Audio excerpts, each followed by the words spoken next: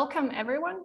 Welcome to Western Balkans Unicorn Pitches. This is first event of its kind where the health tech startup from Western Balkans region will pitch in front of the international investors coming from Silicon Valley, Singapore, and even Serbia.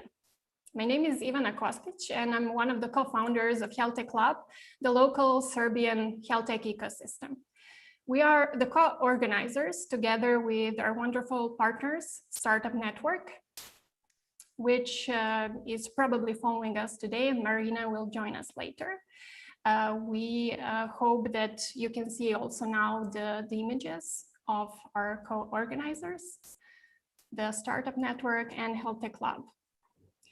Besides this event, we hope that we will organize many more that will come and that will inspire the local regional health tech startups.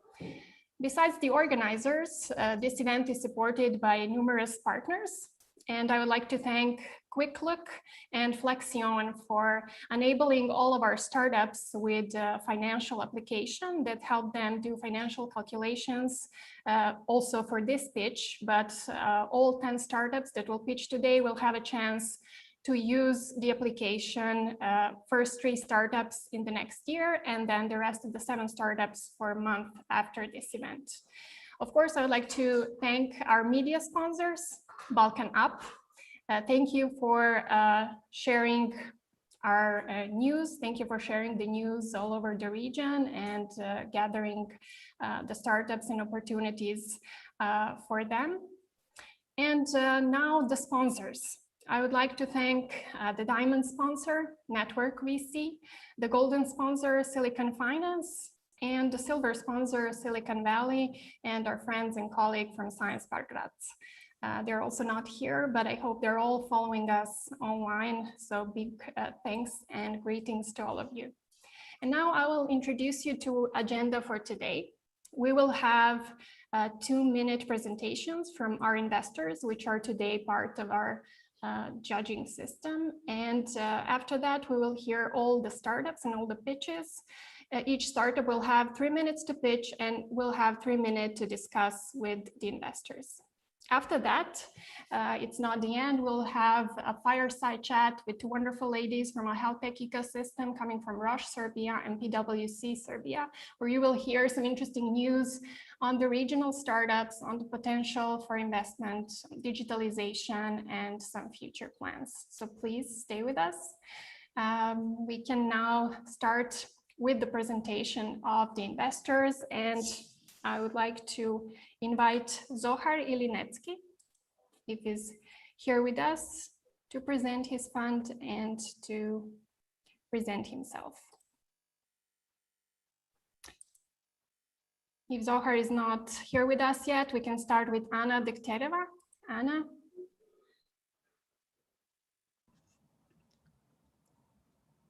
Morning everyone. I'm Anna, CEO and founder of Happy Farm Business Accelerator and the Link Up Conference Show. I'm an investor, serial entrepreneur, also businesswoman, business mom. Originally, I'm from Ukraine and live and work in Astana, Kazakhstan, also San Francisco now and New York City.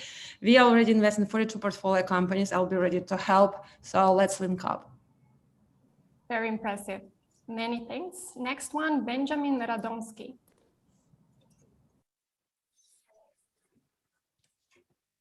Hold on. Yes, I'm here. Hi, thank you so much. Benjamin Radomski. I'm originally from Stockholm, Sweden. I'm now based in Italy since many years. I'm a serial entrepreneur. I'm a founder of Business via Italy. And we invest in different sectors. We also have a company in London called Spin Ventures. And we mainly focus on anything to do with reduction in plastic and reduction in CO2 emission. We have a portfolio of about 40 million at the moment, and we do investments and also advisory services. Sounds great. Many thanks, Benjamin. Next one, Jim Thomas.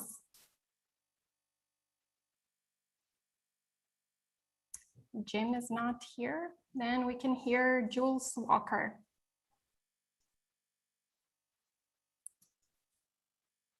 And I see that The next one is Kabir Mohammed. Kabir is here. Hi, can you hear me? Yes, perfect. I'm sorry, there seems to be something wrong with my camera, so I can't switch that on. Anyways, my name is Kabir Mohammed from South Africa, director of DNA Capital. DNA Capital is a venture capital company that invests mainly in tech startups in the African continent. However, we are launching a new fund to participate in tech opportunities out of Eastern Europe, because we found that there's a lot of innovation coming out of Eastern Europe, and we'd like to give South African investors exposure to Eastern European tech. Cool, thanks. Wonderful, perfect. Thank you so much. Stay with us. Next one, Paul Smith.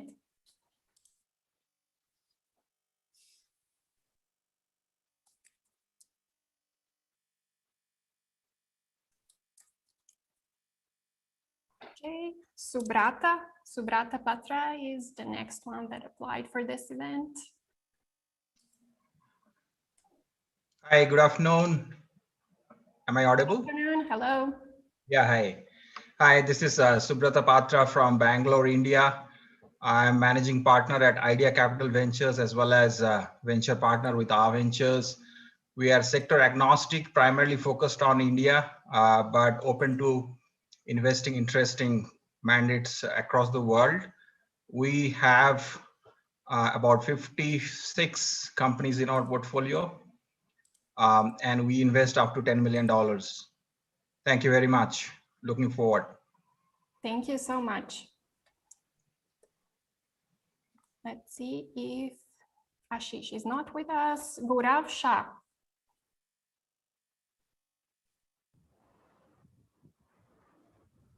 Hi, good afternoon to everyone in Eastern Europe. Good morning, good evening to everyone elsewhere in the world. This is Gaurav. I am managing partner with Arit Ventures. We are based out in Silicon Valley and now transitioning to India as well. We are basically an investment consulting and advisory firm, and whatever partial investments we make are largely in owned and operated models across India and US. I look forward to all wonderful startups today and the presentations forward. Thank you. Perfect. Thank you so much. I think Swetal and Preeti are not with us, and Peter Hlavnička. I hope I pronounced all the names correctly today. No, you're completely right. Good morning, good evening, good afternoon, wherever you are. My name is Peter Hlavnička. I'm from Doktorijum Ventures. I'm venture partner based in Singapore, originally from Czechoslovakia and Canada, then US, now Singapore. So pretty much global. So is our fund.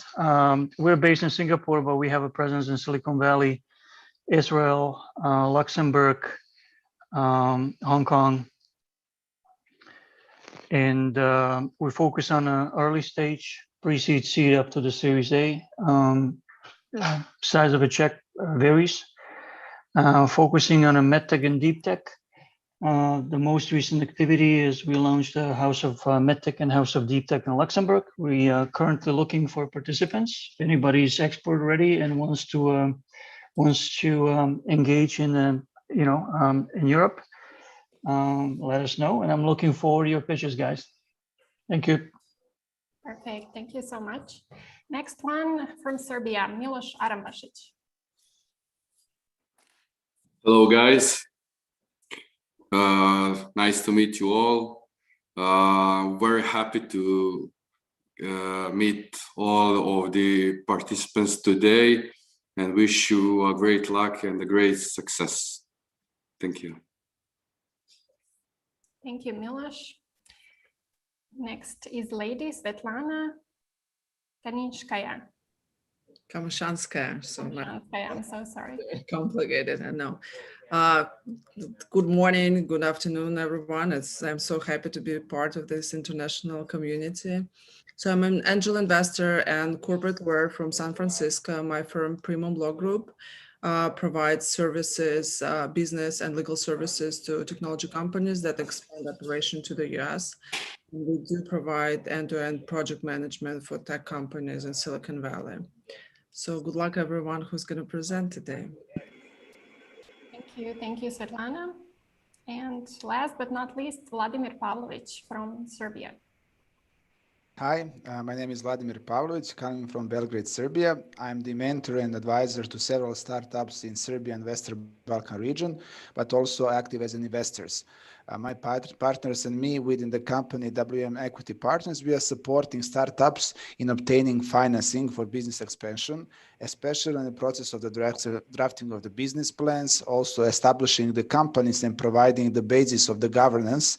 We are the local partner of the IFC in this area, and as well we are connecting these startups with mainly regional VC funds and other investors.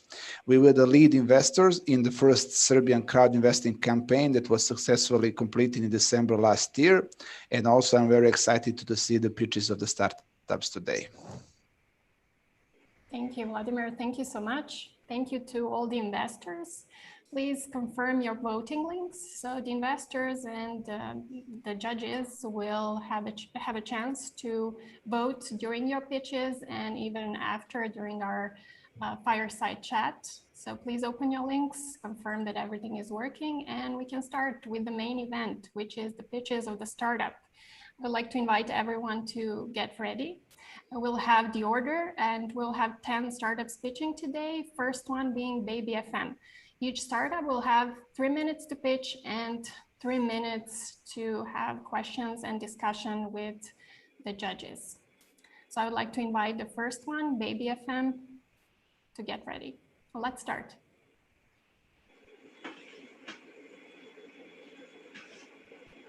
Hello, can you hear me? Yes, perfect. Just a second. You're first to open the session, so good luck. Thank you. I'll confirm the time and let you know when 3 minutes pass. Okay. Hello, everyone. My name is Ivan Soldatovic from Baby FM team. Have you ever been wondering how the sleepless nights look like when your baby has a fever?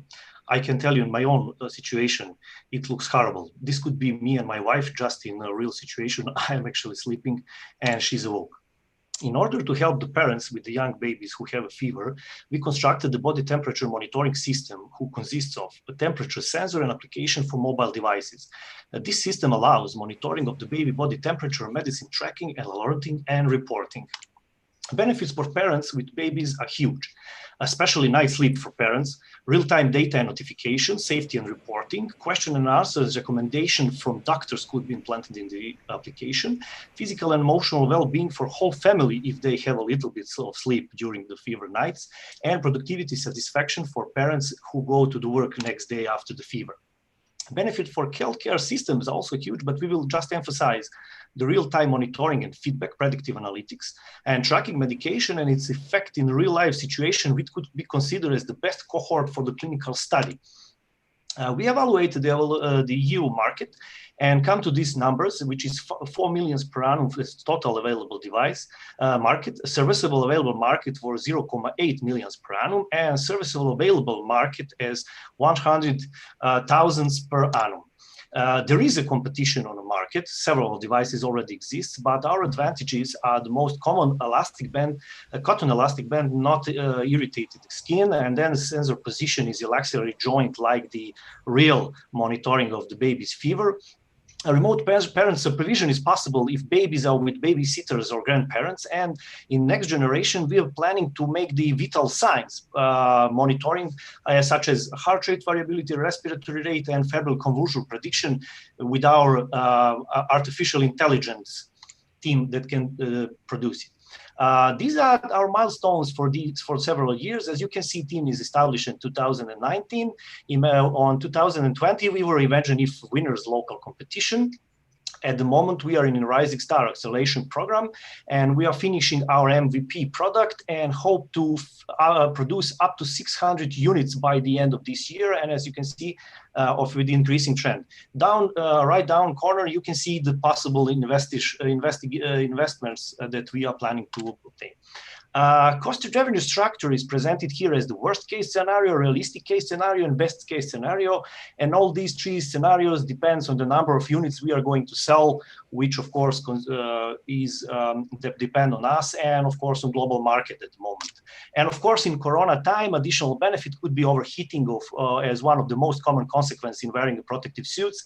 And our device could be used for real-time monitoring of personnel in protective suits as a warning system for overheating and dehydrating. This is our team, Vladimir, Tamara, and Ivan. Thank you. Exactly on time, so perfect, just in a second. Let's hear the questions of the jury. Hi, Ivan, this is Gaurav. Hello. Ivan, I have a question. I saw your competitors' pricing analysis and their product, right? Your product can essentially last up to 24 months versus some of them being single use or up to 6 months. What is your pricing and revenue model strategy? Well, our pricing and revenue model will depend on several factors, but we are currently, I can bring that back. Do you see the slide? Yes. First, as you can see, we are planning the average sales price per unit to be $150 or euros, because our target population are young parents who are working in some who are busy and working in some firms, and actually I can say young businessmen, and we are planning we are depending on the help of the investors. Investing partners, we can consider the number of units that will be sold, especially if they can help in the market share. So your price is going to be one-time fixed fee, no subscription, recurring revenue cost, or anything like that. We are now currently at the moment we are thinking of several choices, but at the moment we have our main advantage is the elastic band, which can be used as the sensor sorry for my English. As a sensor holder, and we actually have the opportunity to combine several sensors if needed. For example, we can measure the heart rate variability and respiratory rate and all other parts, and we think that we can make the scalable product as much as it depends as much as sensors you want and what would be your main goal. If it's only temperature, we can measure only temperature, but we can also add the heart rate, respiratory rate, and we have a very good team, a comprehensive team of machine learning data scientists, and it would be very good if we would try to make the algorithm for prediction of febrile convulsion, which is one of the major fear for young parents, since that is one of the most critical point of the child's fever. I know. So Ivan, what regions are you targeting? What regions are you targeting for the sales? You have mentioned that 2021 is going to be the year of revenue now that you have your prototype ready. What countries or regions are you targeting, and do you need any regulatory approval from government, healthcare agencies?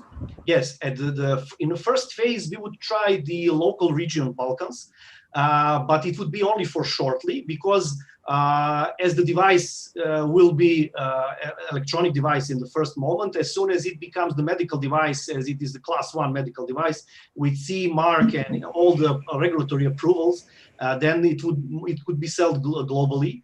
But the first phase, we could check it locally, very, very short and locally, and get the feedback from the parents and do the proof of concept in a huge population. And then global market is for us. I mean. Thank you. Thank you, Ivan. Thank you. The time for questions is up. The next startup is Em-Cath. The stage is yours.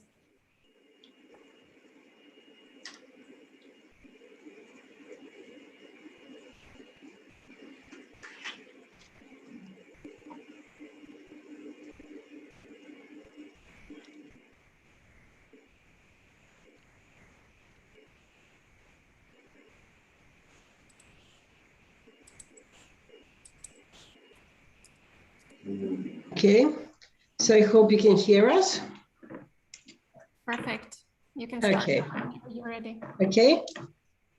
Hello, I'm here to present to you the next generation urinary catheter. We're about to resolve one of the biggest medical challenges, complications related to the use of urinary catheters. Let me show you the problem. Every day, every year, actually, more than 2,000 people in UK and 13,000 people in US will lose their lives because of the infections which are caused by urinary catheters. You understand? It's a lot of complications, and you see it's a lot of cost as well. It means that 5 persons every day and in UK and 35 in US will die, and £5,000 will be spent in UK and £100,000 in US. So more facts. 3% of world population is using urinary catheter, as well as 13% of population living in the institutional care units. You know how many is that? It's over 1 million, 1 billion people, 1 billion people worldwide. So also, if you're hospitalized, you have 15% chance that you will get infection and 70% chance that that infection will be caused by urinary catheter. And you know what? It can get even worse. Your infection may not be treated with antibiotics sometimes. So what do we offer? We have new unique technical solution. We have new design, new construction. And we have catheter which does not introduce bacteria to urinary tract. It looks exactly like other catheters, but it's not. This one will cut the costs of all the complications by 50%. And it will save 1 million in UK and over 18 million in United States. Do we have competitors? Of course. Urinary catheters are used for thousands of years. And the only one which is for long-term use is Foley catheter, and it's used for almost 100 years. There's a lot of others which try to develop new catheters, but we're different. Our catheter is both for long and for short-term use. And repeat, our catheter can be used both for short and long-term use. The only one for long-term use is Foley catheter. And we have the one which will not introduce bacteria to urinary tract. And this is important, you understand? This is important because that will cut the cost by 50%. So our market is huge. It's over 1.8 billion, and it's growing every year from 5 to 10%. And what we need from your side is 200,000. We need 200,000 to make a catheter which will be used in preclinical and clinical trials. We have a prototype, but we need 200,000 to use it because this is what we need for regulatory requirements to put it on the market. So please walk this road with us. And as much as you want to walk it with us, we will give more shares. Please walk with us. Thank you. This is us. So the question. I have a question. What is the current value of the company? Like if you offer the equity, how much do you offer? At the moment, we are in the beginning. We don't have a proof of concept. We can offer 5% at later stages, you know, and of course, as the later stage it is, we can offer more and more. It depends on you, how ready you are to walk this path. You understand that there are very strict regulatory requirements because this is such kind of medical device. So what market depends? What markets are these? Because regulatory requirements would be different depending on the region, so Europe or the US or like. Actually, the requirements are everywhere the same. We have to go for preclinical and then clinical trials, and finally, then to come to the market, we need to register the device to get the CE and everything else in Europe, and to register it everywhere.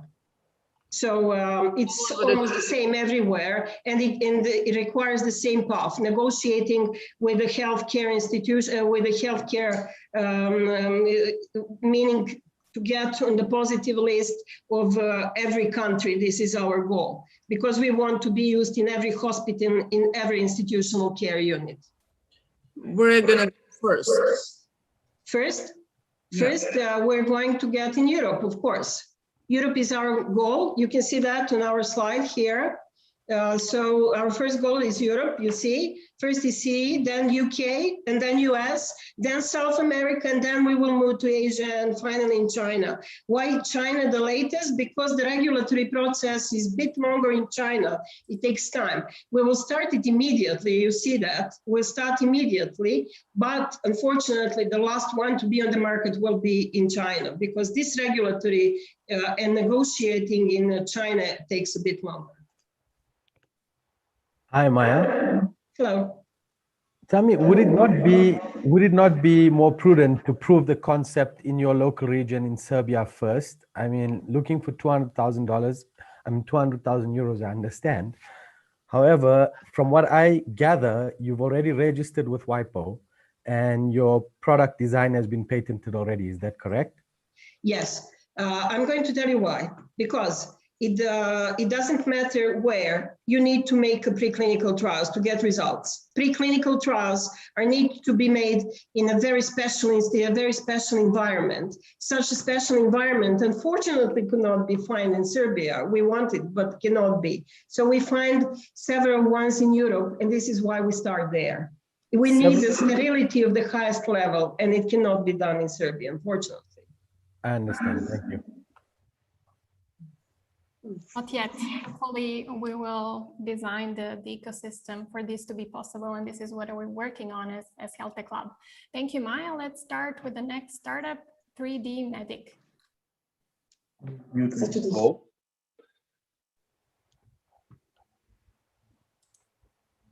Can you hear me? Please unshare the screen so the next one can join. Thank you. Okay.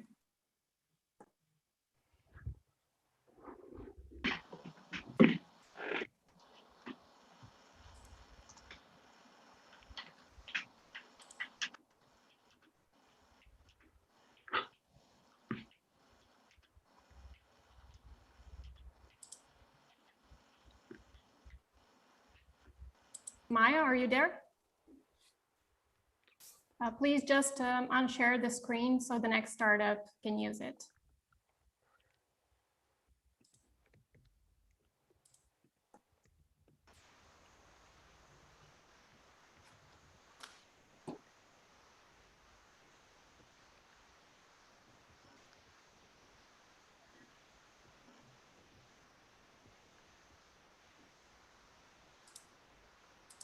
Sorry for the delay. We will contact Maya.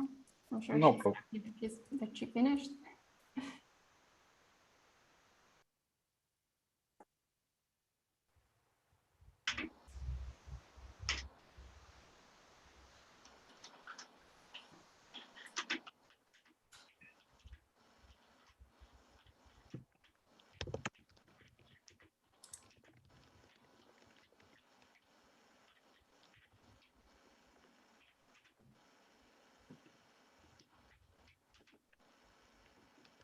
Okay, I think Perfect. now it's available. Just one moment. Okay, you can see my screen. Yes, you can start. Hello, my name is Ivan and I'm co-founder of 3D Medic company. Our vision is to become the leader in medical 3D printing for Balkan region. Our main focus is development of 3D printed orthoses due to the high number of trauma injuries and disabilities among children and older population, all forced to use old methods of immobilization. Current solution on the market provides low level of comfort and functionality. That's why we offer complete service for our customers in the form of unique custom-made products. Compared to the plaster solution, 3D printed bottle is water resistant, lightweight, and skin safe, as it's made from PLA. Using the high resolution 3D scanner, we can make high quality products. But that's not all. Imagine that you do the surgery before the surgery. Imagine you hold the tumor even before you make the first cut. That's what we make, that's what we enable. This is the game changer. As you can see, I hold the full-size tumor in my hand. Using this model, the surgery can be planned, risk of complication reduced, procedure time decreased, and much, much more. Those kinds of models could be also applied in education purposes. Scan of the tumor is presented on the screen. For the business model, what is important is 10% equity for 125K. Estimated revenue for the first year is 124K, so expected return of investment is 3 years. It's quite extensive, and according to the research, we do not have real formal competition in South Europe. And of course, the complete idea is supported by our great team. Thank you for your attention. Please proceed with your question. Thank you, Ivan. You had 1 more minute, but we can start with questions and maybe you can fill up. Yeah.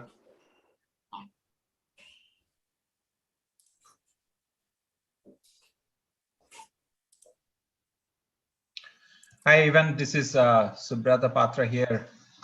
Just Hello. wanted to know what's the material that you are using here? PLA material. Say it again.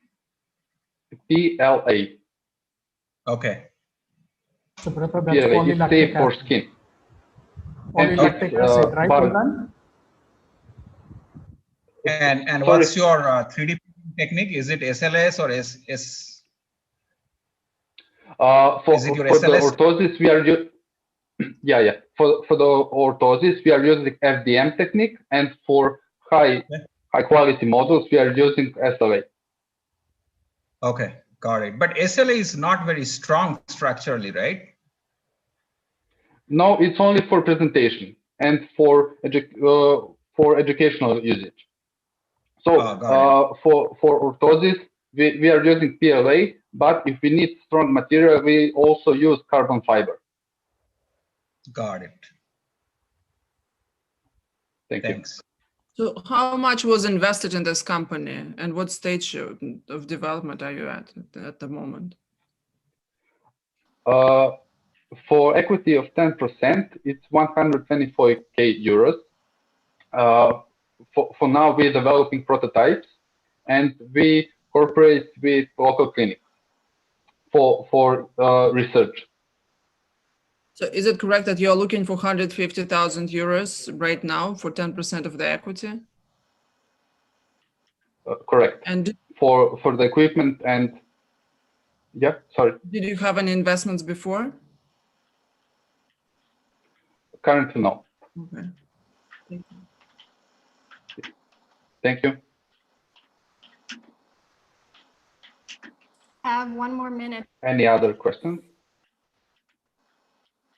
Okay, if you don't have any questions, I have one question. Sorry. Do you have any connection with hospitals in Serbia in a region where you can test your products? Yeah, we cooperate with Banjica Orthopedic Hospital, and we making the products for patients on that clinic.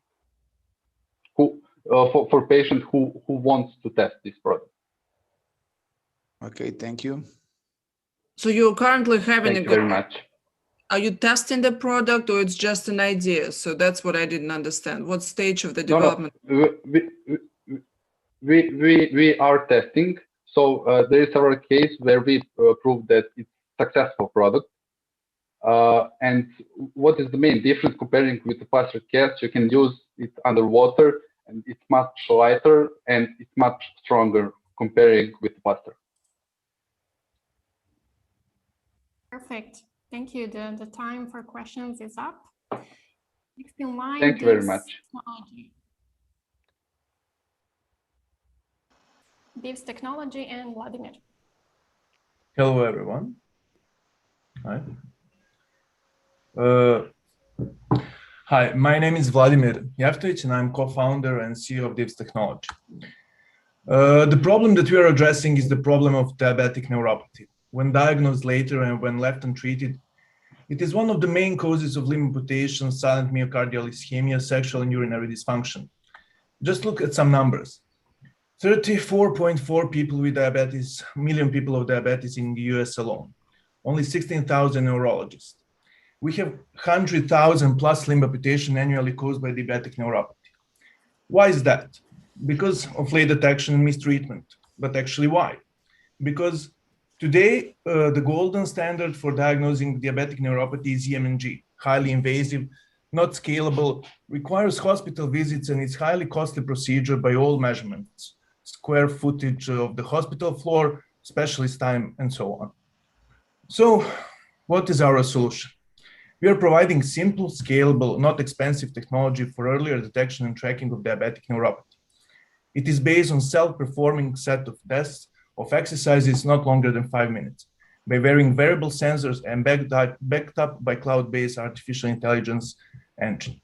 Our exercises are focused on testing deep postural sensibility disorder, which is one of the first signs of diabetic neuropathy in 80% of the cases.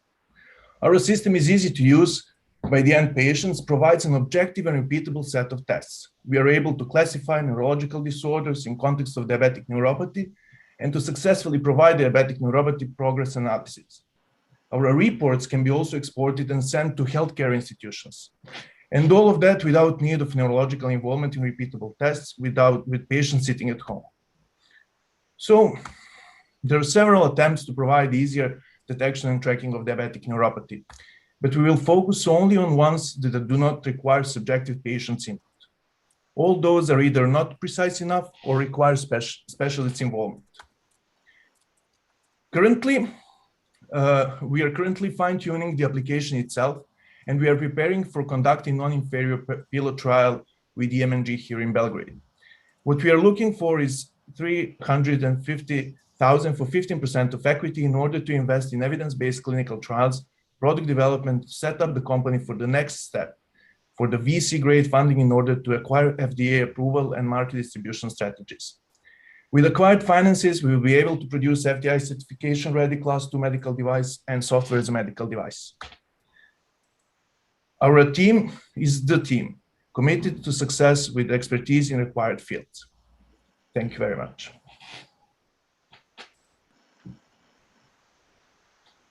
Quickly on time. Well, let's hear the questions. Hi, Vladimir. This is Gaurav. I have a question for you. Sure. Vladimir, what is the accuracy of your EMG sensor, which is more like a wearable, compared with the traditional EMG equipments, which I understand are painful?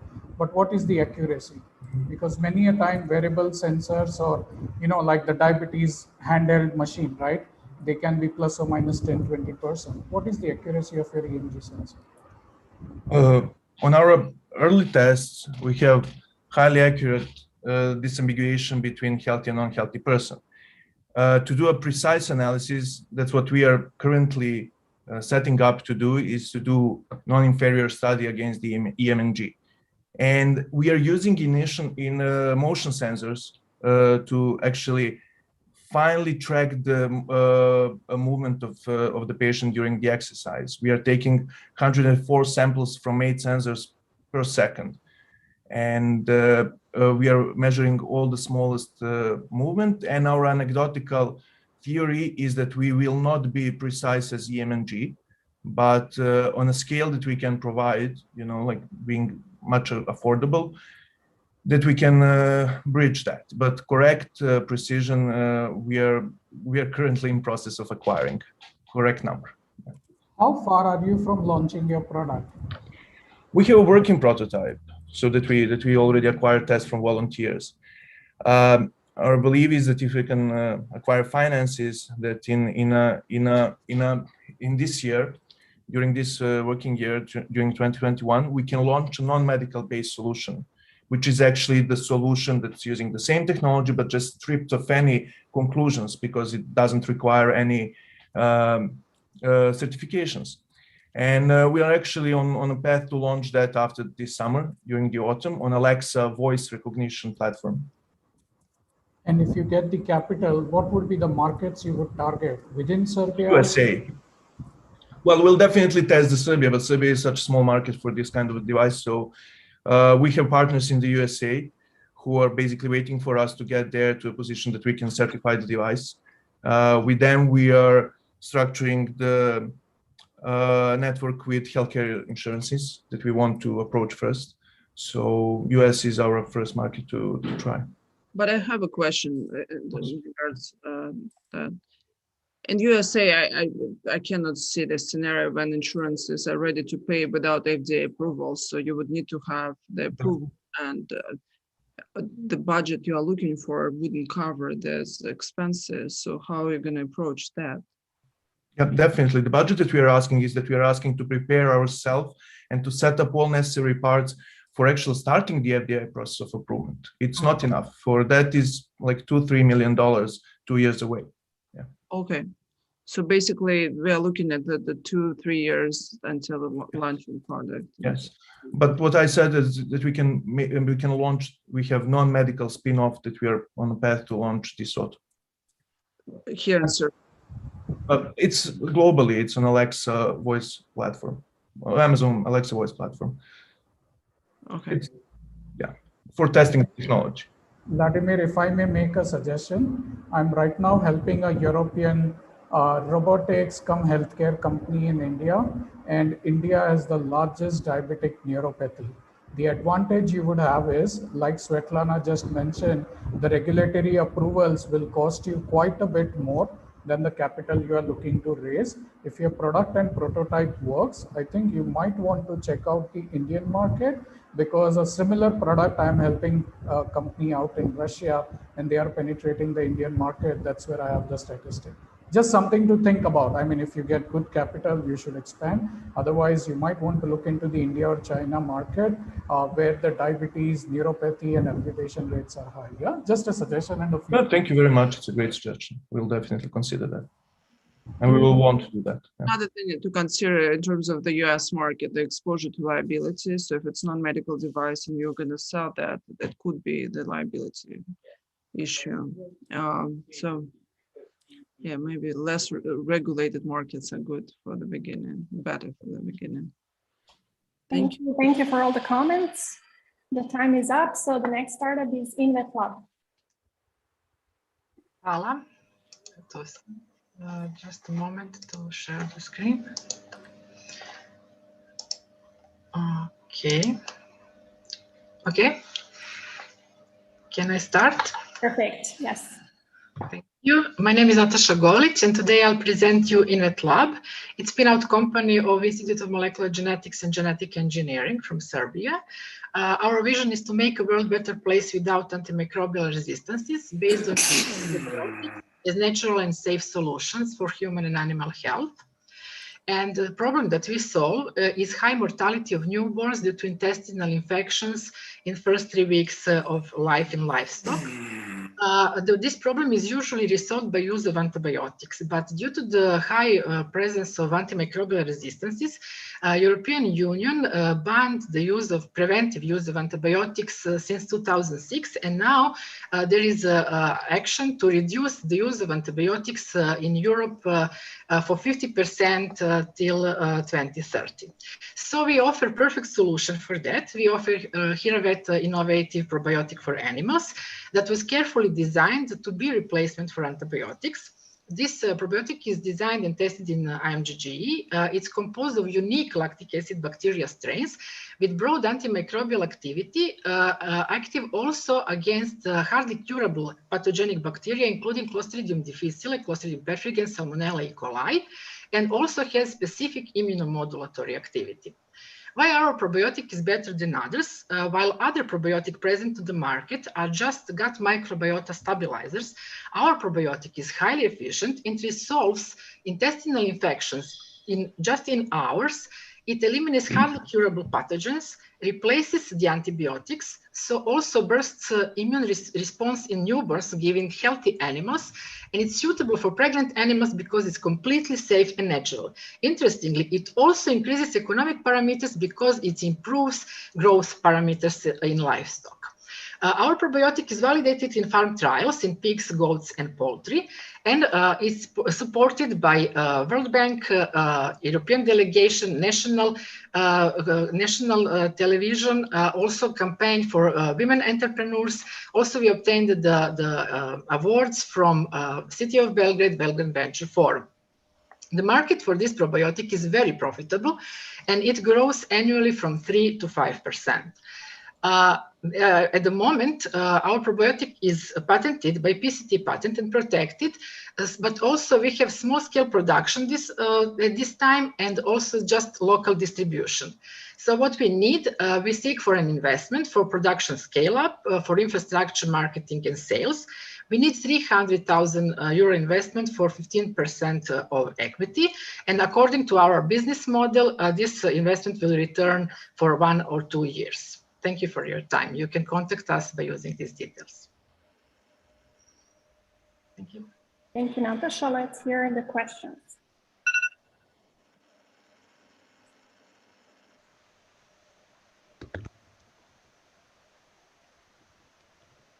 Do we have any questions for InvetLab and Natasha? Yeah, so I guess I will talk. Good presentation, thank you very much. So do you have any revenues? Like, do you have a product already? I'm hearing that everything is working and proven, but there have not been even proof of concept in some cases. So I'd like to know, like, did you test it? Is it working? Do you have any customers yet? Or this is early stage? No, it's not early stage. We are TRL 9 in Serbia. We are on Serbian market since 2018. And we have already several customers. It's mostly some farmers. Now we are entering some bigger farming systems in Serbia. And also we are interested for global distribution. Okay, so it looks like TLR 2. No. Okay. It's proven in the farm trials, and all these results are presented and proven in highly rated international journals. So we did farm trials in all kinds of animals, but also we have some experience with the cattle. We didn't do farm trials, but from our customers we got some information that it really works in ours, particularly in calves. Okay, thank you. And what is your strategy in terms of the entering foreign markets? You said that you're interested in global markets. So what is the plan? Yes, actually, our strategy that we are looking for strategic partner with experience in global distribution, because we are scientists and we are not experienced in that part. So we need strategic partner for that. And it could be the best way, in our opinion, it could be the best way if we find out some feed nutrition company that can incorporate our probiotic in feed. Did you do research? Do you know what are those companies? Yes, we are in negotiations at the moment with some companies. Do you have the patent or formula, trade secrets? Yes, this product is PCT protected. We have PCT patent, international patent, but also the strains that are part of this probiotic culture are deposited under patent deposition in BCCM collection in University of Ghent, Belgium.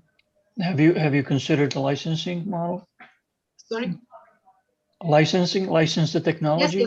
Yes, Okay. this InvetLab has the license agreement from Institute of Molecular Genetics, because the institute is the owner of the innovation, and we also can do sub-licensing to other companies. Yes, we are interested in those. Thank you so much. Thank you, InvetLab. Thank you, Natasha. Next one, Kardio Pal.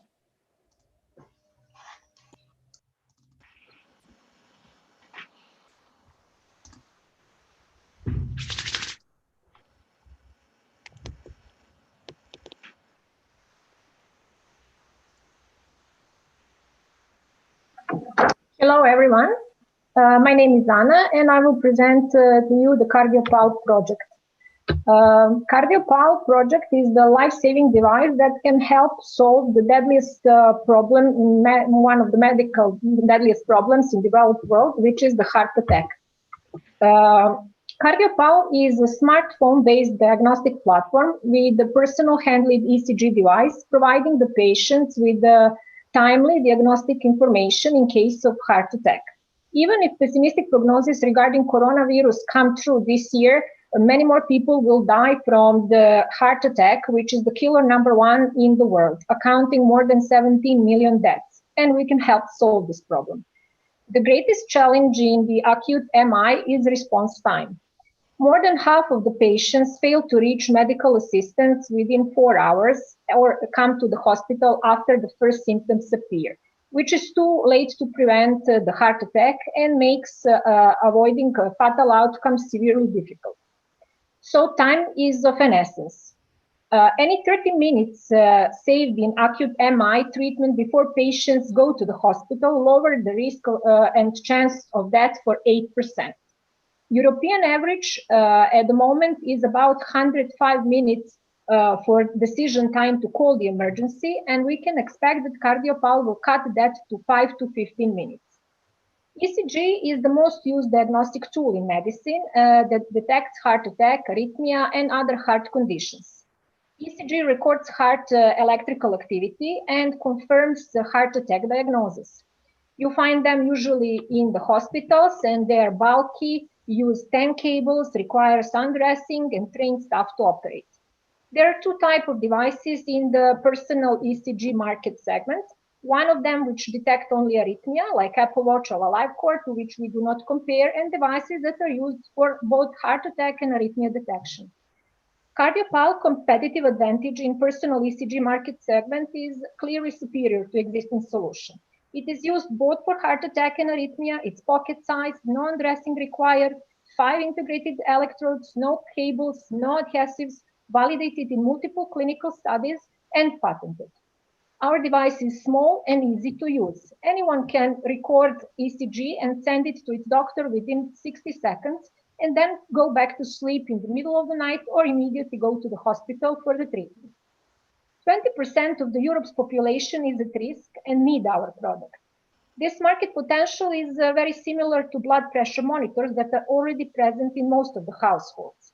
Apart from the patented technology, the market barriers are low due to European CE mark certificate. Counting, for example, at 30 million of patients with diagnosed cardiac disease only in Europe, the initial market is measured in billions.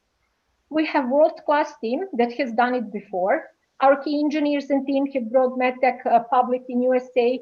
Our CEO has been involved in raising finance for online banking in Serbia, etc. In Germany, sorry, etc. CE mark is the last missing part before commercialization, and we are in process of getting it. And key hospitals in Serbia have already supported us by being involved in the studies or have declared interest to offer our solution and they are waiting our certification. So help us save the lives.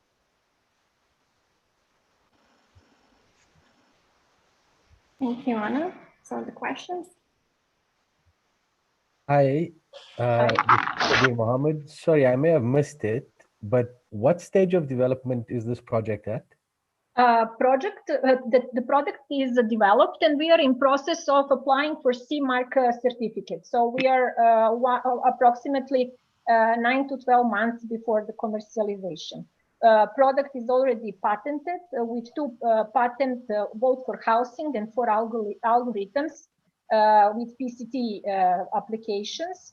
And we are already in the process of preparing documentation for the CE mark. Okay, so is your key defense in terms of technology in the algorithm? Because you mentioned Apple and AliveCore, and they don't offer certain utilities that your product does offer. However, I mean, what prevents them from offering those utilities? Just heart attack detection that they need to add. Because they are only, as said, they are only arrhythmia detectors, and in order to have the full. Yes, sorry. My question is, what prevents them from becoming a heart attack detector as well? But our product, and in order to have the heart attack detector, you need to have the 12 lead electrodes, which our system actually in our device replicates. So this is, I think, impossible to be placed in the watch itself, and measurement at the moment, the ECG is the only valid source of that kind, and practically we replicate the full ECG recording according to the studies, even more precise than the standard ECGs. In some of the clinical studies that we did for the procedures which were in the due to interventions. Okay, I have my answer. Thank you. Sorry. Thank you. Some wearables actually provide ECG. Fitbit Sense, for example, just launched last year. I'm just curious about the form factor. It seems to be, you know, if it's attached to a body permanently and measure in intervals, as opposed to you have to look for it, measure it, and put it away and look for it again. Do you have any strategy on changing the form factor? Like how it works, the device is practically that you record the, you don't need to do that constantly, and you just open your blouse or shirt, put it on the chest and measure it within 30 seconds. This is how device works. This is something that is and requires the medical assistance at the other side to detect and read this ECG signal, because it is not any one of us is the expert in its field.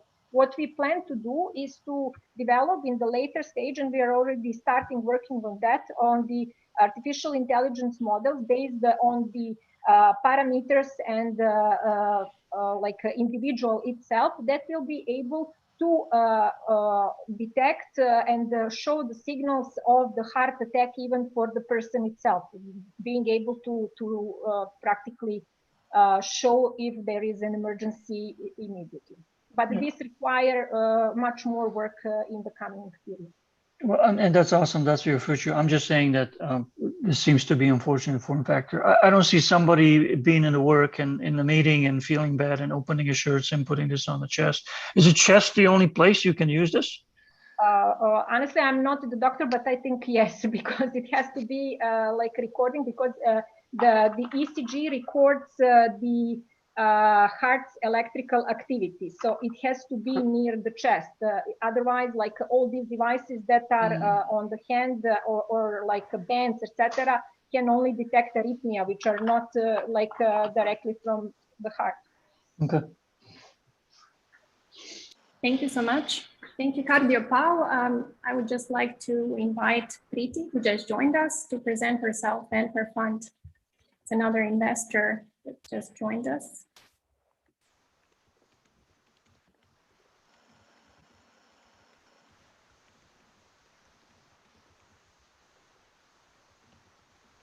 Priti, can you hear us? Maybe we can also introduce you later on. So let's continue with startups. Med Booker is the next one. Hello. Hello, everyone. Just to share my screen. Do you see it? Yes, perfect. You can start. Okay, thank you. My name is Dejana Stankovic, and I'm Med Booker's CEO and co-founder. Today, I'm here because we think that operating in the industry, which has a big potential to grow in next time, might be a big thing. We are talking about medical tourism industry.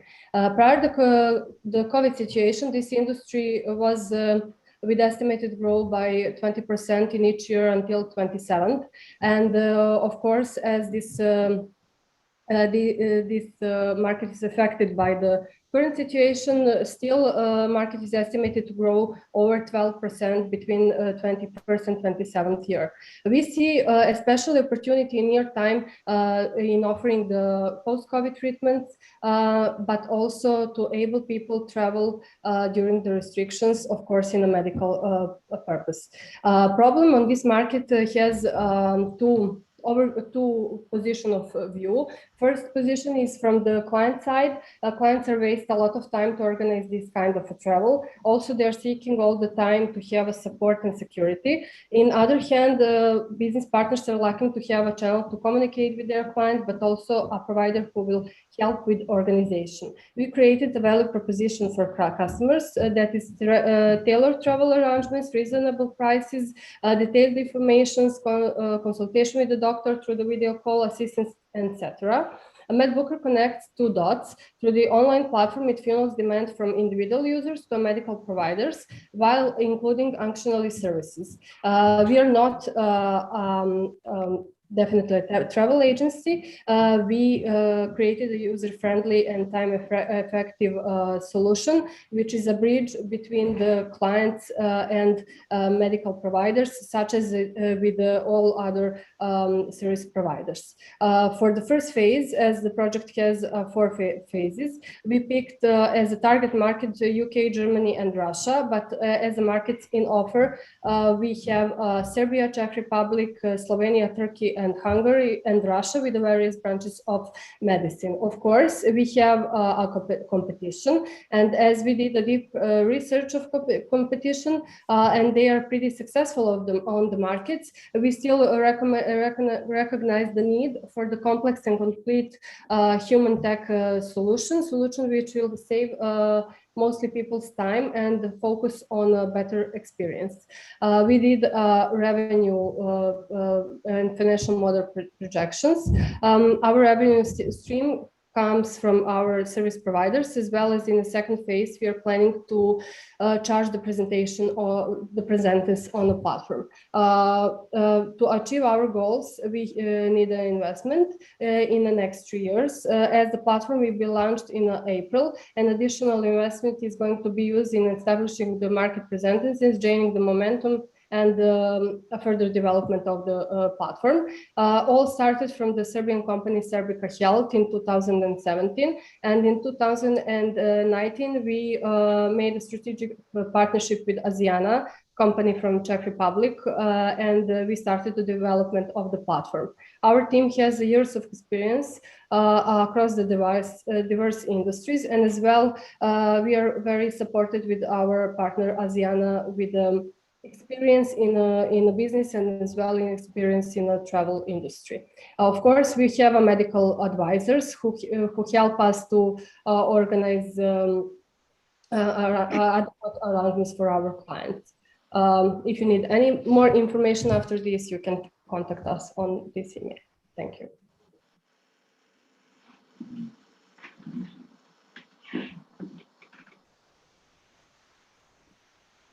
Here, 3 minutes for questions for Diana. What stage is the platform at? Platform, like we are in a Trial 9, we are ready for use as we tested our previous website, MedicBooker, and we had plans. So when we achieved this partnership, we focused on development to be ready and to come up with the how to say final product. Did you have any revenue last year? No, we were focused only on the investment, on investment we got, and the development of the platform and all other researches and training the partnerships and everything. But the platform is fully now developed and will be launched in 2 weeks. Well, you were showing 6 million in 2021, if I remember. So do you have any monthly recurring revenue right now? No, we will be on the market next week, in the next 2 weeks. Okay. You mentioned that you already have initial investment from your Czech partner. You moved the slides too fast. Can you just repeat that just to see the figure? This is the company structure, but our investment were with them to 200,000 euros. Okay. And previously, I myself invest around 100. Okay, thank you.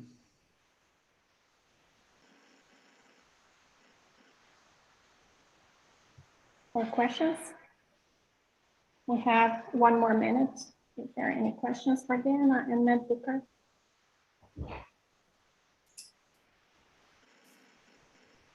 Not. Thank you, Diana. And next one is Doktorijum.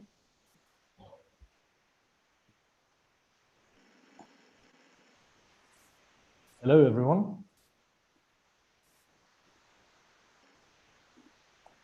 Just give me a minute. I hope you can see my screen. Yes, we can hear you. Perfect. Thank you. Thank you. So good afternoon, everyone, or good evening, or good morning, wherever you are. It's a pleasure to present here Doktorijum. Doktorijum is a software as a solution platform, which basically addresses some of the largest problems that we are facing as physicians in the medical care of our patients. And that is the management of healthcare interaction with our patients, the lack of standardization of medical health records and the loss of medical record data, and as well the direct communication between the patient and and the physician. Doktorijum is built around two separate but integrated platforms. One is a mobile application for the patients, and the other one is something that we call a system, which is basically something that a healthcare institution will use. It is a fully GDPR compliant EHR system which communicates between each other in an encrypted and closed manner. Now, most of the times as physicians, we see a situation where a patient has a problem in choosing their physician. So we have developed a proprietary algorithm, which we use in Doktorijum to guide the patients who do not know where they need to go in 3 simple steps. And these are the steps that you can see. And then we've utilized during the last year this proprietary algorithm to actually develop a module that is connected with COVID-19 triage. And basically what we wanted to do is guide prevention of COVID-19, but also guide the patients that use Doktorijum to an easier access to the relevant authorities which they need to contact if they're infected. Over the past years, we've seen telemedicine adoption by clinics, insurances, and by patients grow steadily. But 2020 has really been a huge jump. We've seen on various markets anywhere between 50 times to 175 times growth of telemedicine. So with that in mind, we have integrated telemedicine into Doktorijum, which basically means that a physician can sit down, talk to their patient, write a record of what they are doing, and immediately share that within the electronic healthcare record platform without using anything more than their laptop or even a telephone. The market size that we are looking at is primarily our focus for the next year and a half, the Southeast European region, which is about 26 million people, sees about 4 million patients and about 300,000 users of various health apps. Unfortunately, only about 8% of these users are actually using those apps to book an appointment with a physician, whereas around 42% are trying to use those apps to maintain a healthy lifestyle. So it shows that there is an ample opportunity for Doktorijum to grow. Our business model is basically around a subscription model. The mobile application for the patient is always going to be free, but the subscription is paid either by the healthcare institutions, and you can see our billing model here, or a billing model that you cannot see is addressed towards the insurances, which are also finding Doktorijum as a useful platform. We currently have a 12-person strong field force team in daily contact with private practices and clinics, and we are negotiating with 2 large healthcare insurances, private health insurances here in Serbia, which is going to have an impact not only in Serbia, but in other countries surrounding us. Of course, there is a competition for Doktorijum in this sector. However, none of the competitors that we are seeing locally or globally are integrating these 10 points into in themselves the same way that Doktorijum has integrated them. We have seen a steady growth of users on a monthly basis since we've launched Doktorijum in January of 2020, and this trend continues. We have made to date our own private investments of 50,000 euros, and these investments are going to be going on. These are the projections that you're looking at without external investment, so based only on our own private investments that we have made. We're looking for a 500,000 euro investment to spread into markets of Montenegro, Austria, Croatia, Northern Macedonia, and Hungary. And this 500,000 euros will also go towards the acceleration of development of new functionalities, which are already underway, and improving overall security, as well as adapting Doktorijum to each and every market individually that we have here. Our vision is to allow patients to take their own health into their own hands, enabling them to make healthy decisions and to serve physicians so that we can drive a better healthcare overall. The 3 founders are myself, Filip Lukic, who is our IT guy, and my business partner, Boris Ferenc. And we would like to thank you very much. And here is my contact if you would like to reach out. Thank you so much. So let's hear the questions for Doktorijum. I have a question. Yes. I didn't quite understand what kind of problem do you solve? Is it marketing of medical offices, or it's a platform that allows the communication, or a combination of two of them? It's everything that you've said. For both? Yes. Electronic health record management, communication between the patient and the physician, and also we use this opportunity as a marketing tool as well. And you said that there are no competitors in the European Union that do. There are several competitors, as I have shown in our slides, but there are no competitors which are actually integrating all of the solutions that we are integrating at the same time. So if you look at electronic health record providers, in the vast majority of cases, you do not have telemedicine attached to that same platform at the same time. So you would have one platform for telemedicine and a completely different platform for electronic health records. Thank you. What percentage of the equity you offering for the 500,000 euros, or you would prefer some debt financing? It's an option. If we are talking, if we are talking equity, we would allow for a 15% equity share, but we would rather like to go the other route. Thank you. Dobro.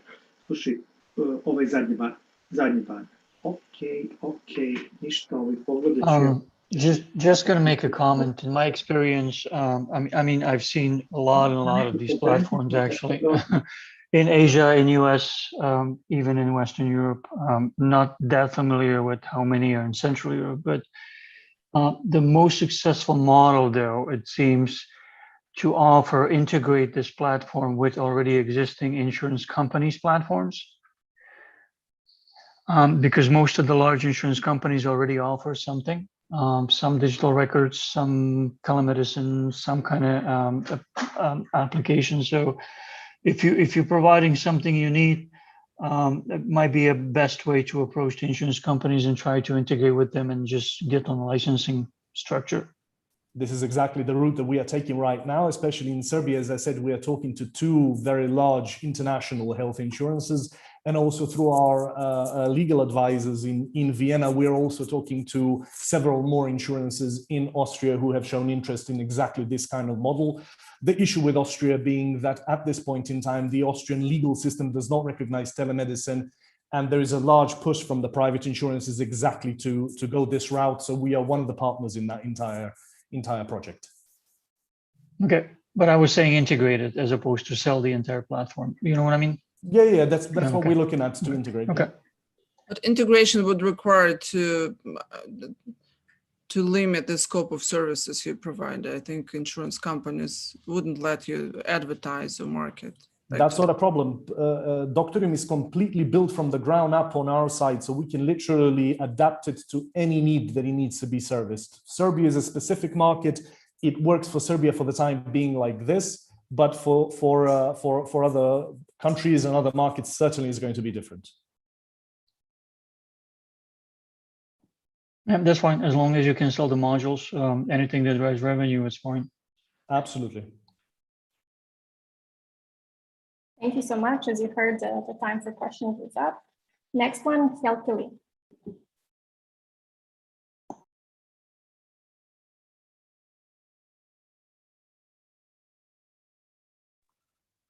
Hello, everybody. I hope you can hear me. Let me just turn on our presentation. Yes, we can hear you and see you. All right, so my name is Em-Cath. I'm a Healthly co-founder. So finally, there is Healthly. This is a family health management system and a companion. I'm sorry, Em-Cath, maybe you can just speak a little louder. Oh, you can hear me? Yeah. Okay, can you hear me now? Hello? Yes, we can hear you. If you could be louder, that would be great. Yes, I'll try that. So according to the World Health Organization statistic, about 40% of the population of any given country has at least one chronic illness. Among people with chronic illnesses, on average, 50% do not adhere to the prescribed therapy, which leads to hospitalizations, treatment failures, and an increase in health costs and days of treatment. Healthy is a digital therapeutics app and a health companion that spurs changes in patient behavior and improves health outcomes. It helps people track, collect, organize, and manage their health data and of their loved ones. So Healthly helps you care for your kids, your parents, patients, pets, and yourself by sending medication and refills reminders, tracking historic data of health measurements or doctor's appointments, providing reports which include health-related behavior and results. You can set up a different profile for each family member or patient and track their data separately. Enter information about medication or injection therapies in Healthly and receive interaction warnings, reminders regarding the refills or time to take medicine. Keep a history of movement for 60+ different lab and health measurements and send them to your doctor together with therapies taken during the same time. Save pertaining documents and reports to each appointment and later search them by doctor specialty or profile. You can track the usage frequency of certain injections, applications, areas, and avoid discomfort during the next application. Healthly offers multiple reports containing the medications and health measurements data that you can remotely send to your doctor. The market is ready for digital health, and the growth is projected to reach $100 billion this year. Especially after the effects of the COVID, people turn to their cell phones to get health-related information, track their health, and communicate with health professionals remotely. So there are several other apps on the market. Nevertheless, Healthly offers an all-encompassing health management solution with intuitive design. Our MVP reached more than 3,000 users. We had the Android and iOS model, and with organic growth without any marketing campaign, we reached 4.8 stars on the Play stores during the 18 months period. With additional funding, we plan to reach 50,000 users within a 12 to 18 months period. Our competitive advantages are shown here are more than, we're offering more than other competitors, and we are working on even more features right now.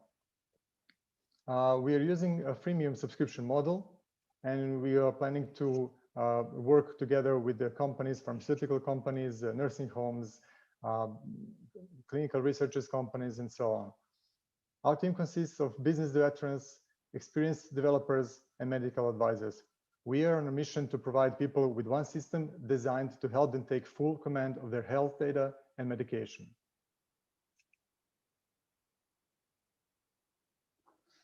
Thank you. Thank you so much. So let's hear the questions for Chapter.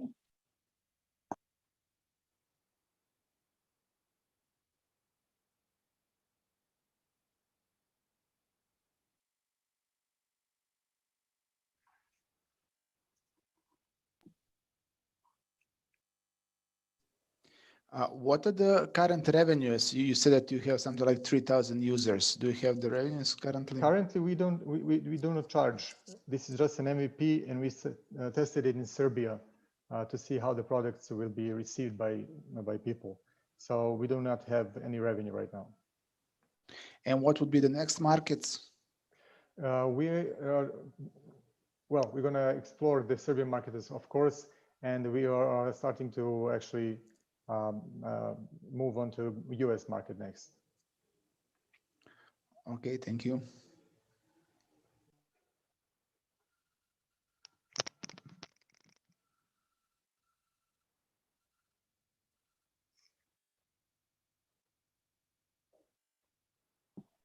Okay, do we have more questions, or we can go to our last startup?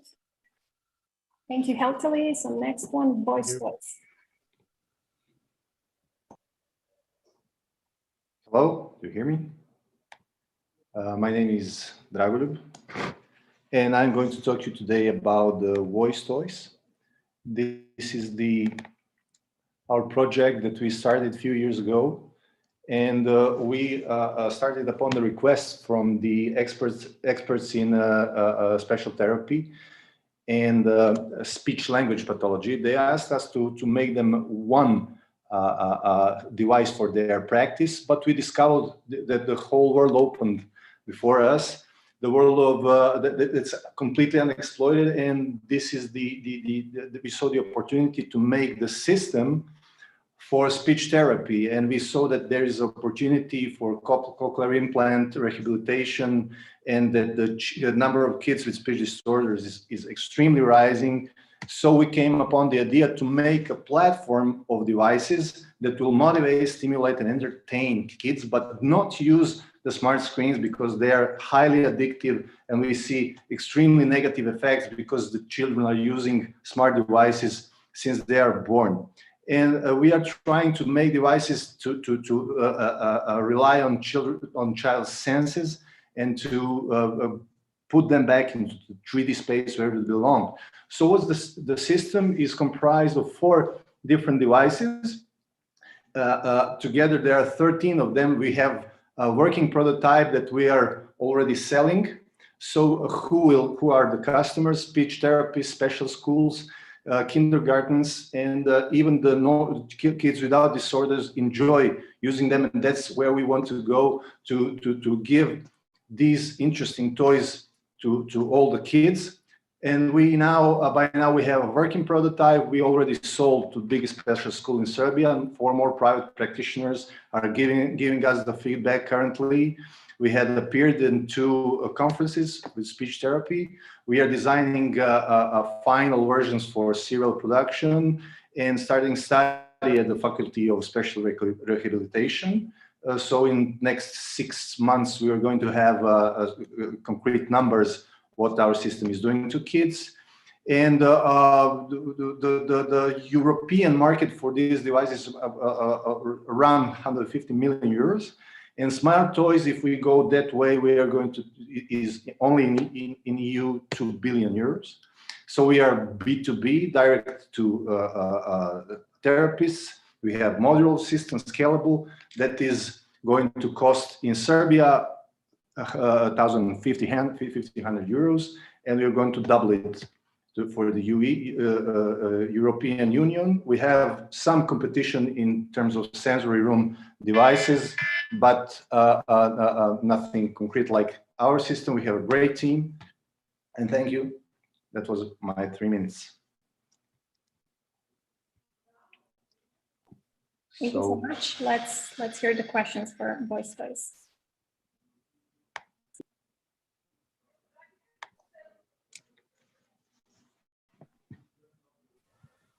Hi, Mr. Markovic. Can you please take us back to your revenue slide? Oh, sorry. Let me see the revenue slide.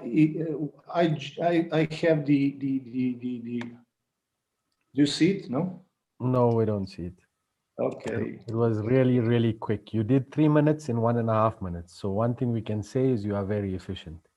Yeah.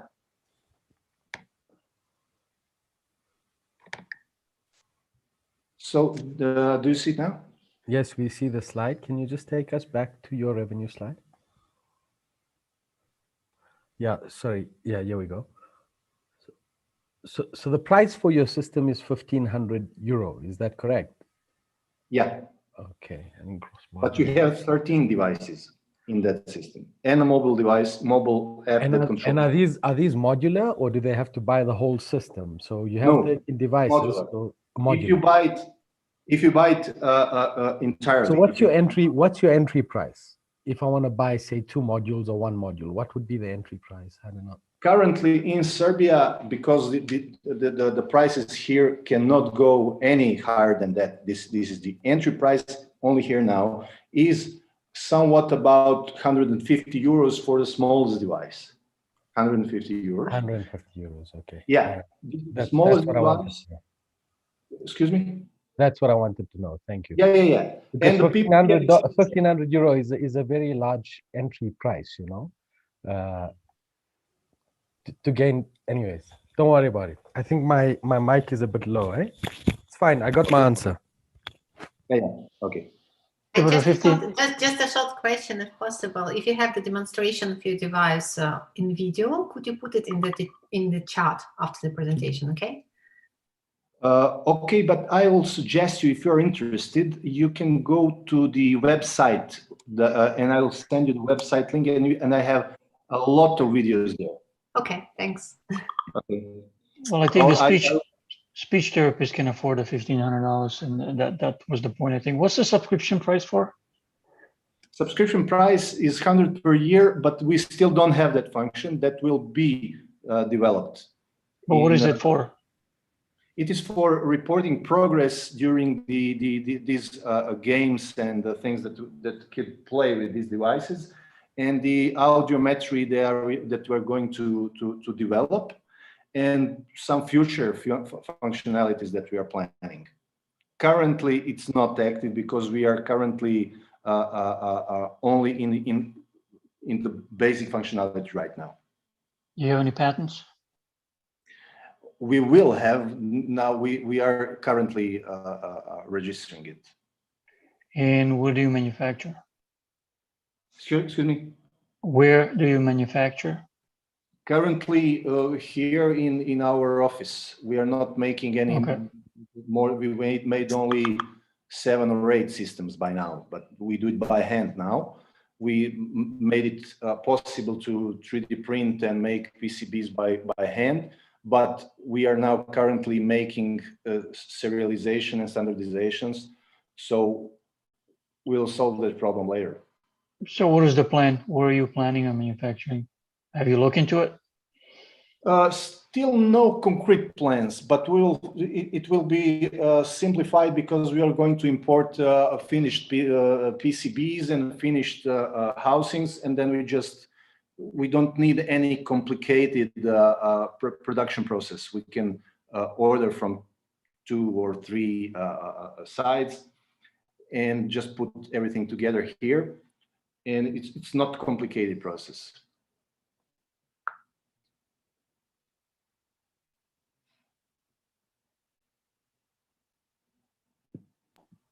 More questions?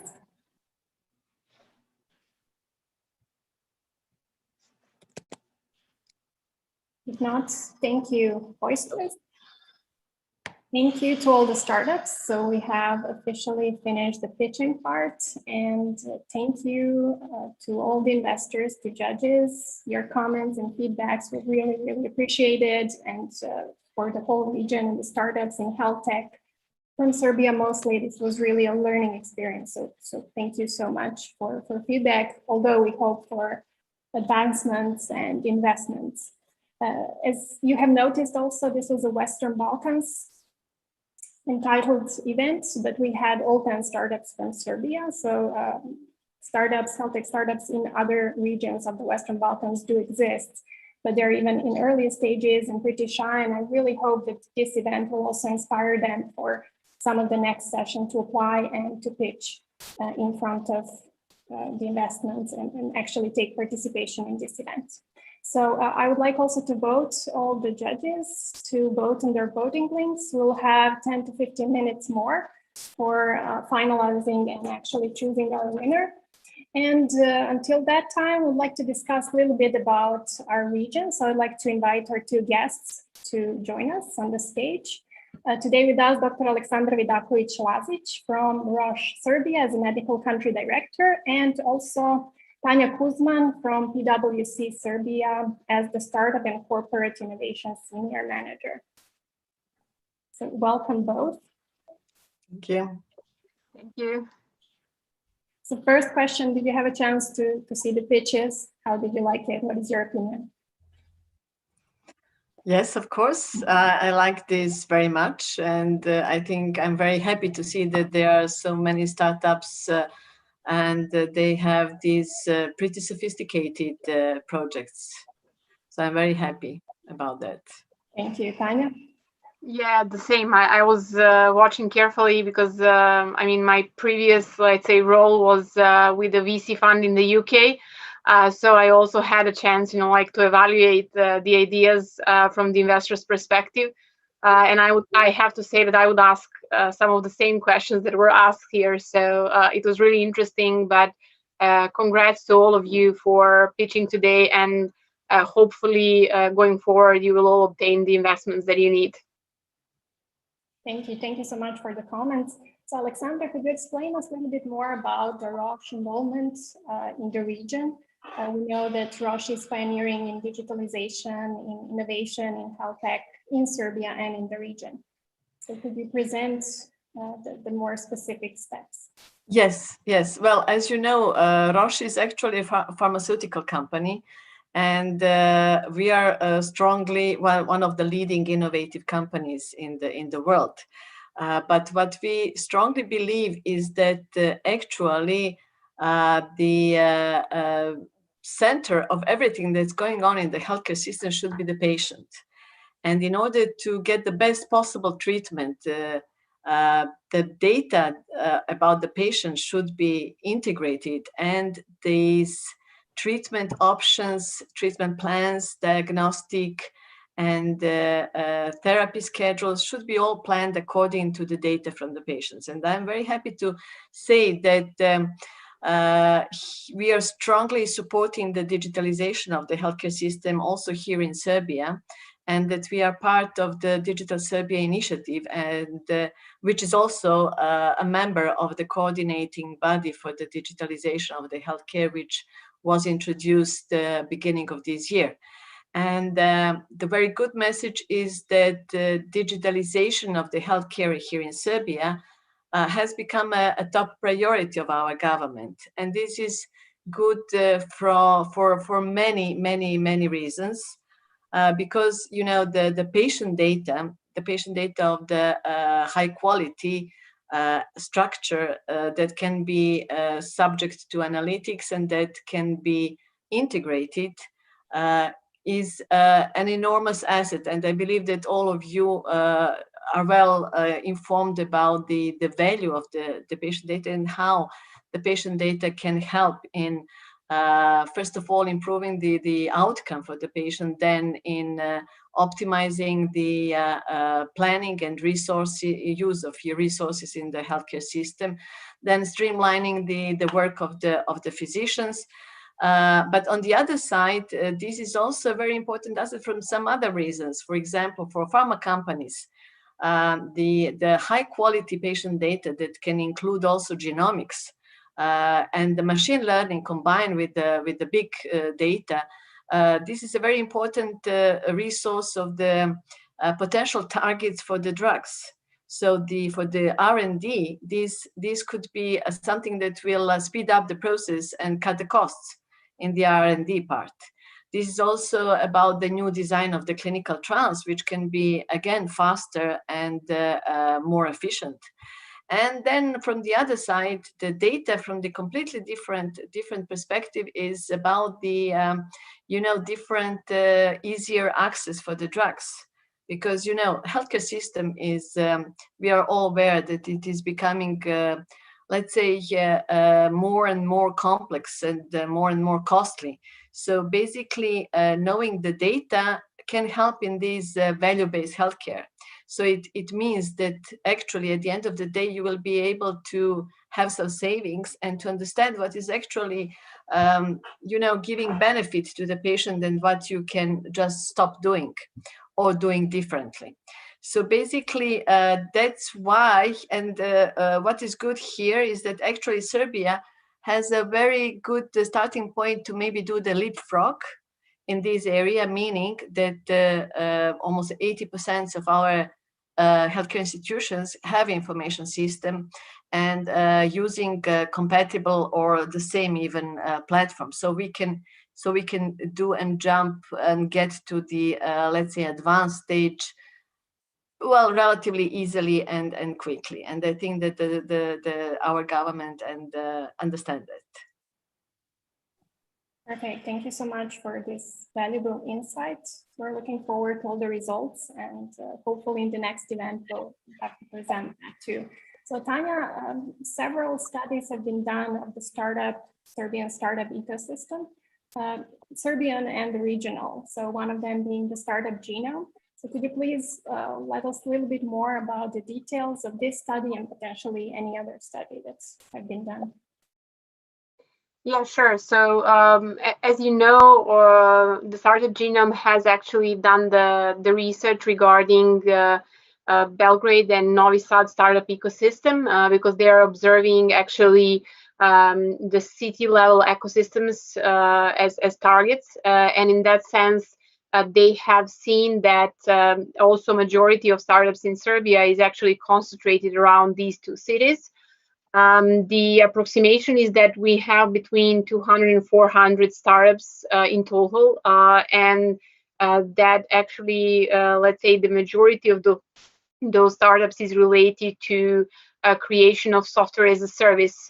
So basically, it's kind of related to big companies and corporates and providing solutions for them. Having said that, we've also recognized through this research what are the key, let's say, obstacles for the growth of the startup ecosystem. And one of them was actually related to funding options that are quite limited. And the other one is related to creation of the greater local connectedness. So these kind of events where, you know, the startups are able to present their products, they are able to connect with each other in our region are really, really important going forward for building these local connections and then providing actually added value for the growth of all of these startups. So I believe that actually these kind of events are really key and important, as well as you know, like interaction between the investors and startups, different mentors and startups themselves, because we have seen that you know, like two startups are creating similar products on our market, and actually they don't know about each other. So these kind of things need to be avoided in the future. And with regards to actually the medtech and health tech sectors, we've seen that in Serbia and generally the region of the Western Balkans and a little bit broader, including Croatia and Slovenia, we have between 3% to, let's say, 12% of startups that are related to the medtech and health tech actually industries. And in that sense, we are seeing that this actually part of this ecosystem is actually increasing over time. And the reason, of course, being the importance of e-health, as already said by others, and definitely the fact that this is the priority for the government is also, you know, like increasing the importance of this area for startups. And also what I can say is that the trend is that the European Union is actually looking at the projects that include the startups as well as innovative small and medium-sized enterprises in these digitalization projects of the health tech sector and public sectors related to the health in different countries. So in that sense, I believe that going forward, we will see the increase in number of startups related to medtech. And on the other hand, for some of the countries in the region, we've already seen that because of the development of the medtech sector, the things that they have done regarding the digital health, that actually these ecosystems are developing at a faster pace. And I truly hope that since we have already great ideas, we have great medical staff and great potential mentors, that we will see the increase in number of startups in Serbia related to health sector as well. Perfect, thank you so much. So us as Health Tech Lab, we're planning for some time, even before this Corona situation, to do the complete analysis of Serbian ecosystem, and of course that expanded to the region of the Western Balkans. Do you think there is potential for something like that? Something where we would not include only startups, but actually the whole ecosystem, the government, the regulatory bodies, the companies, and so on. And hopefully we can do that sometime soon. Yeah, I think that that's actually crucial, because if we see, you know, like how other ecosystems have actually created some kind of smaller specialization and some areas where additional value has been created and then attracted, you know, like startups from abroad, I believe that this kind of, you know, like overview and mapping of the overall ecosystem, meaning all the participants in the ecosystem, is really crucial, because on one hand, the startups might have, like the lack of knowledge of whom to approach and who would be the best potential mentor and which company might be interested in their product, etc. And with this kind of mapping and having it available to everyone is actually easing up that process and maybe, actually giving the startups the opportunity to find mentors, partners, and expand to some other markets, because you have a lot of big corporations that are present in the whole of the region, but also they are present globally. So in that sense, these kind of success stories travel fast in these corporate channels, and if these kind of successful corporations are created in our markets, then the global market is really a step away in that sense.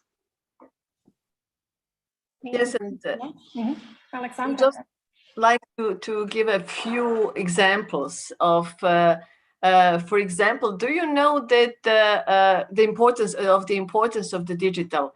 Do you know that the medical knowledge is doubled every 73 days? So actually, the brain of the physicians will become the bottleneck.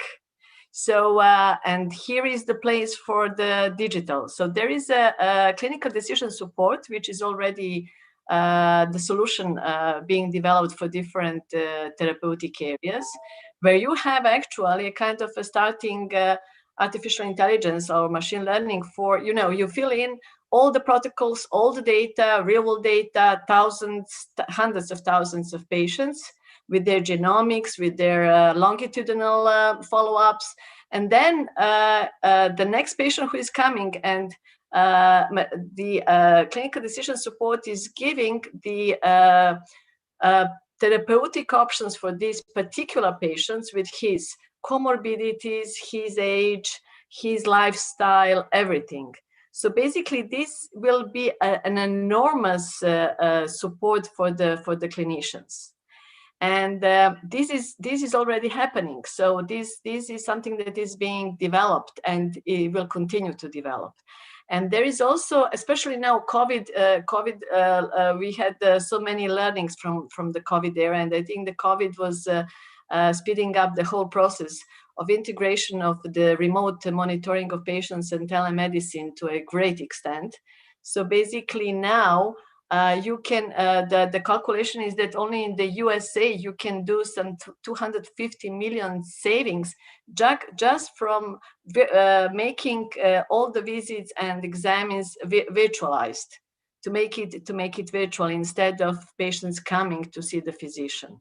So this is also another potential option, which is also the basics are also starting in Serbia. So there are many applications that are integrated, that are let's say starting to have this patient-doctor communication more virtual, instead of patients coming to the hospital and seeing doctors. So this is basically, the COVID made us do that, but this will continue to be the trend even after the COVID.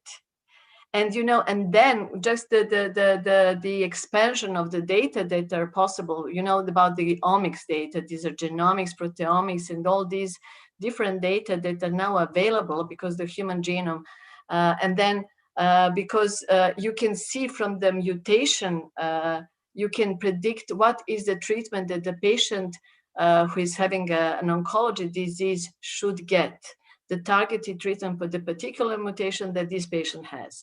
So you imagine what this means in the whole data management world. And I would, I'm really inviting you to take part in this development, because this is going to be future, and this is already started.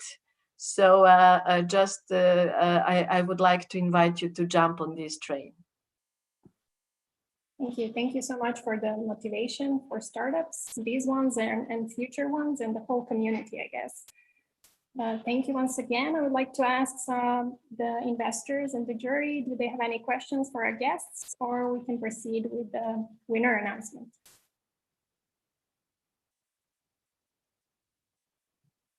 I guess it is always interesting to hear about the region where you want to invest. And hopefully we can gather additional events to this one. But before we announce the winner, and because it's technically, let's say, not difficult, but challenging, it will take a few more minutes, I will invite Marina from Startup.Network to join us, to present herself, to present Startup.Network before we actually announce the winner. Hello, everybody. Thank you, Ivana. First of all, my sincere compliments to your work. This is the first event for Health Tech Lab on our platform, and the guys are super. I'm proud of them, and I hope you enjoyed the event today. So thanks, Ivana. And then I would like to say many thanks to those judges who joined us today, and especially I'm very glad to see our regular judges from Unicorn Battles worldwide. And about the startups, guys, you did a great job, and let's find out who is going to win today. So Ivana, did you stop the voting rate already? Or not yet? Yes, we have stopped it. So let's just. Okay. I know. So you will let me to announce the results, right? Let me see. Okay. So the third place for today goes to InvetLab. Congratulations, InvetLab. Congratulations. Yes, InvetLab and Natasha are on the third place.